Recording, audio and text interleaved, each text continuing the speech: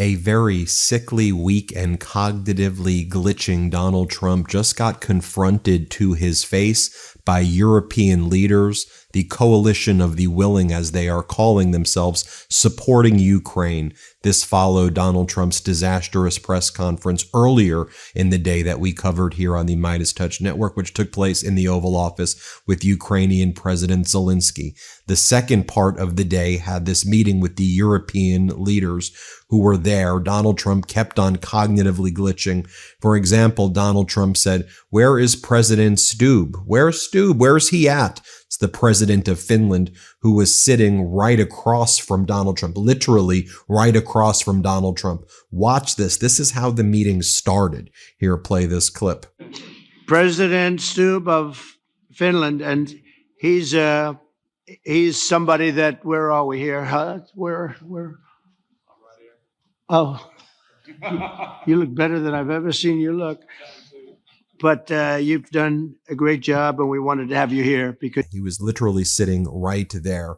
Then Donald Trump keeps on saying, well, we're going to see if we can do a trilat, meaning a trilateral meeting between Putin and Zelensky. And maybe we can then put this to sleep. That's your strategy. Your strategy is just say the words trilat and put this to sleep, huh?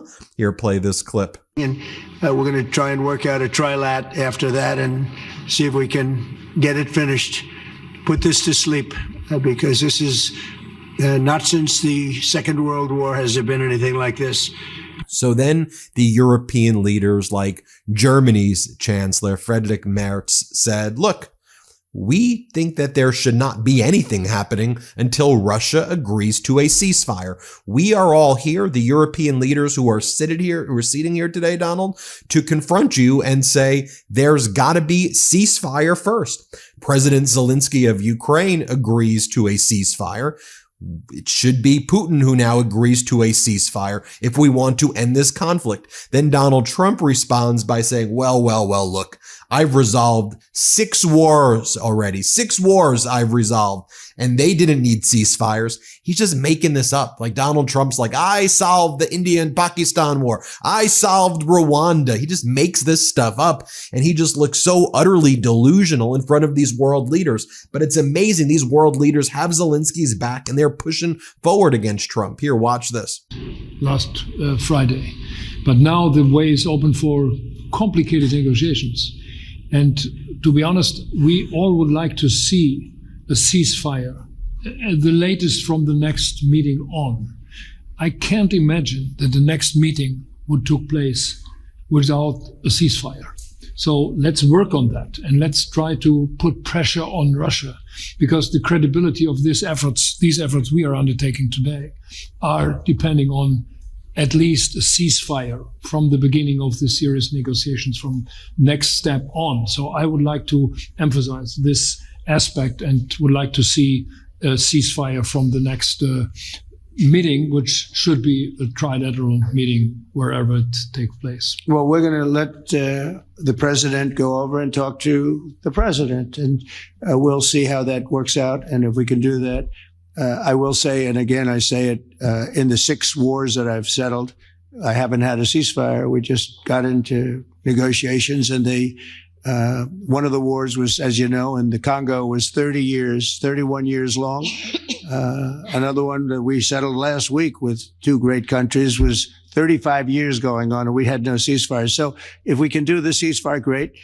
And if we don't do a ceasefire, because many other points were given to us, many points were given to us, great points. So then the president of the European Commission, von der Leyen, says, well, not only does Russia need to agree to a ceasefire right now, which Zelensky does, Russia needs to return the 40,000 Ukrainian children who they've kidnapped, who they are sex trafficking, who they are torturing. They need to return the children. That's a precondition, Donald. Watch what transpires. Here, play this clip. Every single child has to go back to its family. This should be one of our main priorities also in these negotiations, to make sure that the children come back to Ukraine, to their families. Thank you. And we did. I was just thinking we're here for a different reason, but we just a couple of weeks ago made the largest trade deal in history. So that's a big That's a big thing, and congratulations. That's great. Thank you very much, Ursula. Mr. Chancellor from Germany, a very great leader. Then you have the Italian Prime Minister, Giorgia Meloni, and she says, I want to be very clear why I'm here. We are on the side of Ukraine. Do you understand, Donald? We are on the side of Ukraine, not Russia, and we need to all make sure there are strong security guarantees for Ukraine and that there is a ceasefire agreed to by Russia because Ukraine is agreeing to it. The war ends tomorrow if Russia just agrees to a ceasefire and stops killing innocent Ukrainians. Donald, here, play this clip. We are in. You can obviously count on Italy as it was from the beginning. We are on the side of Ukraine, and we do absolutely support your efforts towards peace. We will talk about many important topics. The first one is security guarantees, how to be sure that it won't happen again, which is the precondition of every kind of peace. I'm happy that we will discuss about that. I'm happy that we will begin from a proposal, which is the, let's say, Article 5 model, which was Italian at the beginning. So we are always ready to bring our proposals for peace, for dialogue. It's something we have to build together to guarantee peace and to defend the security of our nation. So thank you, Mr. President, for hosting us.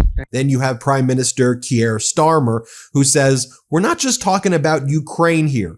The European leaders here, we're here because we're also talking about Europe and the common defense of Europe. Europe stands shoulder to shoulder with Ukraine. Here, watch this. Affected.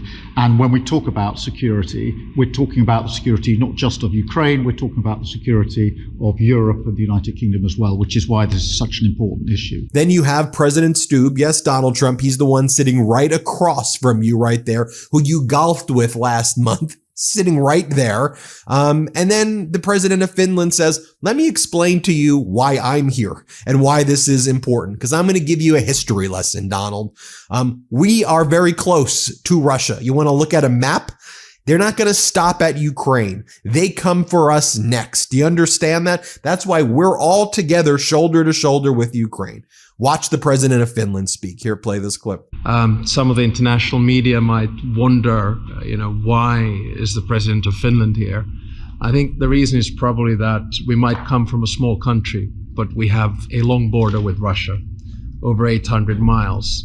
And we, of course, have our own historical experience with Russia from World War II, the Winter War and the War of Continuation.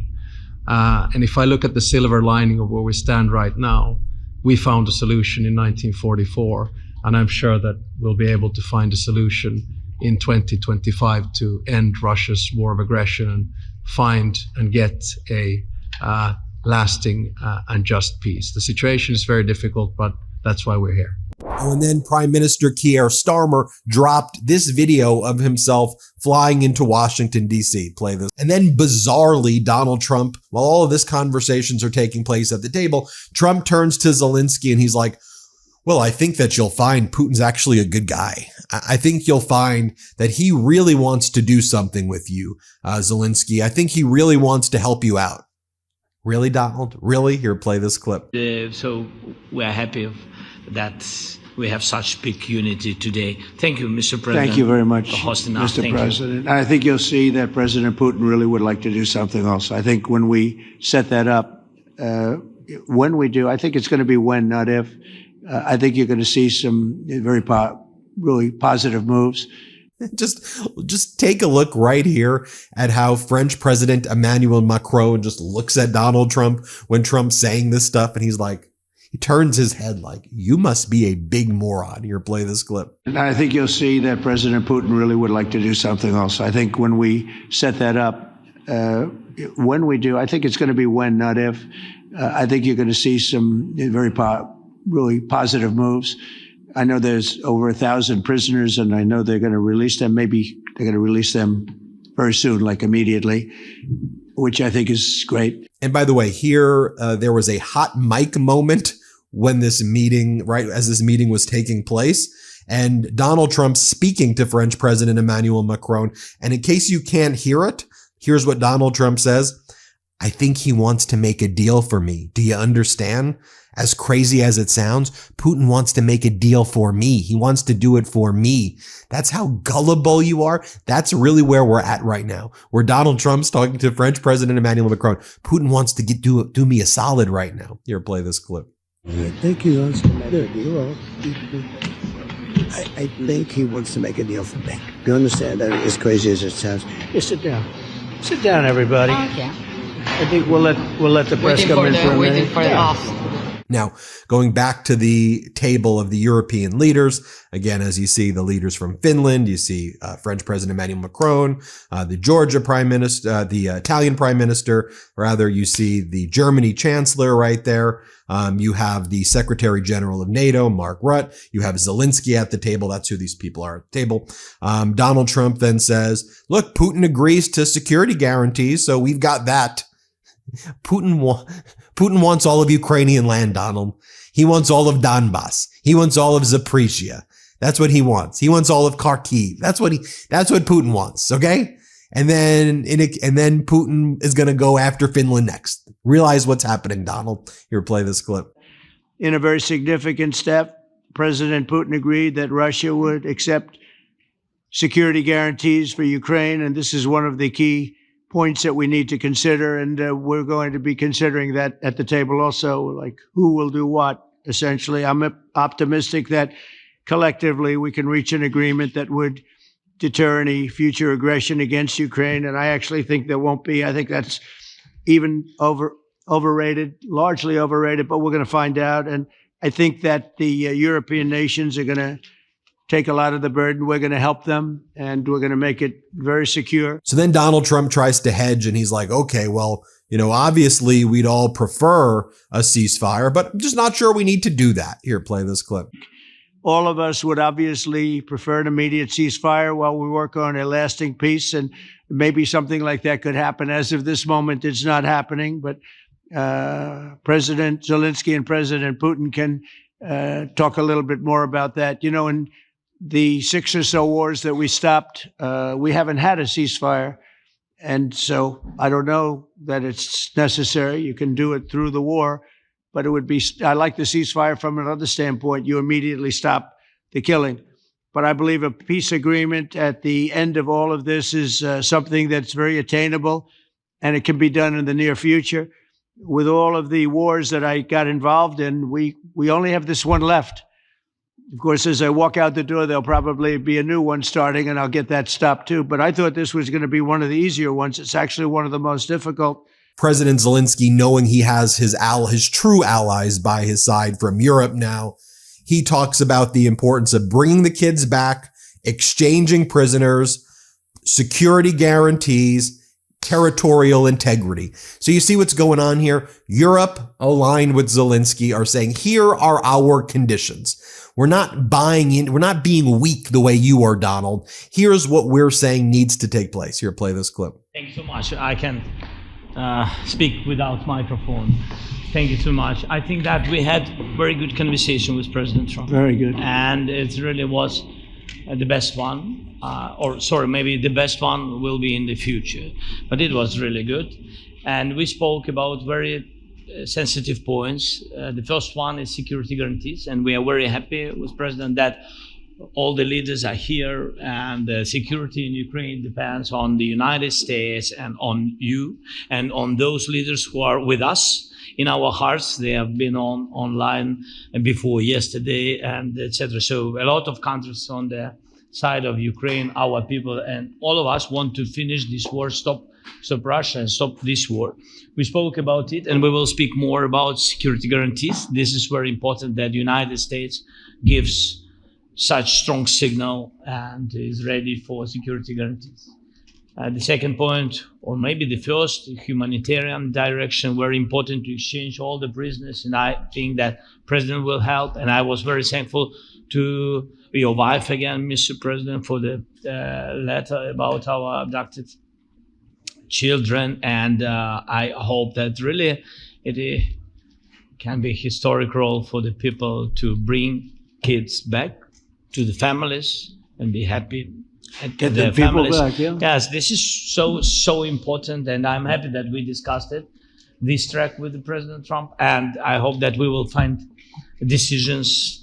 And then what is very important, that all the sensitive things, territorial, etc., we will discuss on the level of leaders during trilateral meeting, and President Trump will try to organize such meeting, and he said that he will come or not come. Ukraine will be happy if you will both want me there, I will be there. Yeah, yeah, you know that. thank you. And I think this is very important.